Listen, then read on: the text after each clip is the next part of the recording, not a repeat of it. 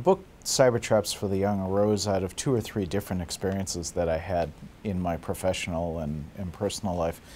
The most direct source for this book was the work that I did on a case in Missouri a couple of years involving a relatively young man, 22 years old, who was downloading content using peer-to-peer software, and in the course of doing so, was identified by law enforcement officers as someone who had downloaded child pornography.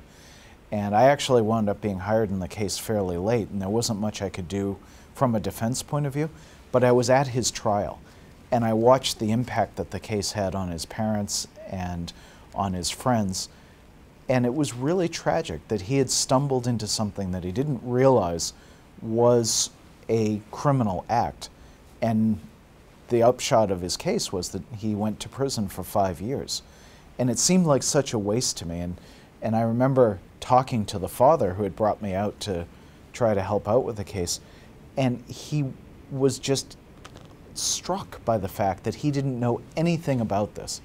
And he was tearfully asking, why doesn't somebody tell us about these risks for our kids? So the germ of the idea really came from that. And then I also spent 10 years on the Burlington School Board in Burlington, Vermont.